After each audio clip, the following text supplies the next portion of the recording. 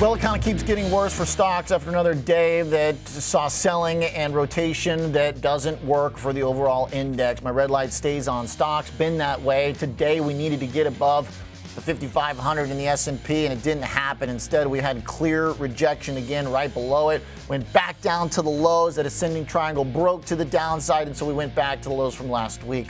Then Microsoft, even though we have stellar standards for Microsoft, the absolute gold standard, we have to give them that credit. Good report with top line growth in double digits, but just not a beat that we've gotten used to. So Microsoft gets hit, and now we're seeing still that we have unresolved problems in the stock market. And basically those are two versions. One is that equities are too expensive in tech. The other problem that's unresolved is that the other side of equities, the cyclical stuff, the small caps, they have a logic problem. So tech has a valuation problem, and the rest of the market has a logic problem. I'll tell you about that in a sec. Let's go through the valuation issue. We've got now major potential of normalization. The NVIDIA chart broke pretty hard. There's really so much gappiness in this that you could easily see NVIDIA dropping again in a pretty rash fashion to get into the deeper, higher volume levels that we see there on the volume profile. Now, things are getting pretty intense. We haven't gotten quite oversold. At some point, you think people are going to step in and try and buy NVIDIA, maybe when it hits oversold. So that's not going to be too far away here. But obviously, the trend is broken. It's arguably been reversing now, and the fact that you're getting steep lower lows, we already got two lower highs. NVIDIA's basically downtrending, and so that's been the last 3 days. That's a very big development, number one.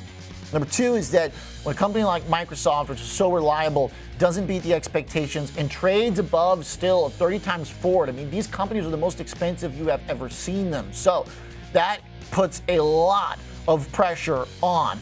Now, one thing that might be interesting is Corvo, because there are Apple connections to Corvo, and actually the numbers were pretty decent here in the aftermarket. So that's something to think about, but obviously Apple's going to be way more important. The valuation problem remains unresolved. You could see plenty of downside still to get valuations in a more normal realm. So that's not comforting. The other thing is that the stocks that are working and the themes that are working are very economically dependent or rate dependent in nature. The cyclical stuff in the market needs to start getting some validation. That could come in one of two forms. Powell being extremely dovish, but the catch there is the market's already got him priced in fully for 100% the rest of the year. You can't go above 100%, so I don't know how Powell could surprise to the dovish side tomorrow, which is why the dollar, I think, has been firming up a little bit. Now, yields are not following the dollar this time because the economic data is just not strong enough. That's telling us that the market really is worried about the Fed putting us in a pinch because inflation's too high. And that's where the logic breaks down and the whole rotation stuff that is working, because all that depends on either the economy firming up or us getting the cuts exactly as we want, maybe plus more. Because the cuts that are already scheduled, that we haven't even gotten confirmed from Powell, are already priced in.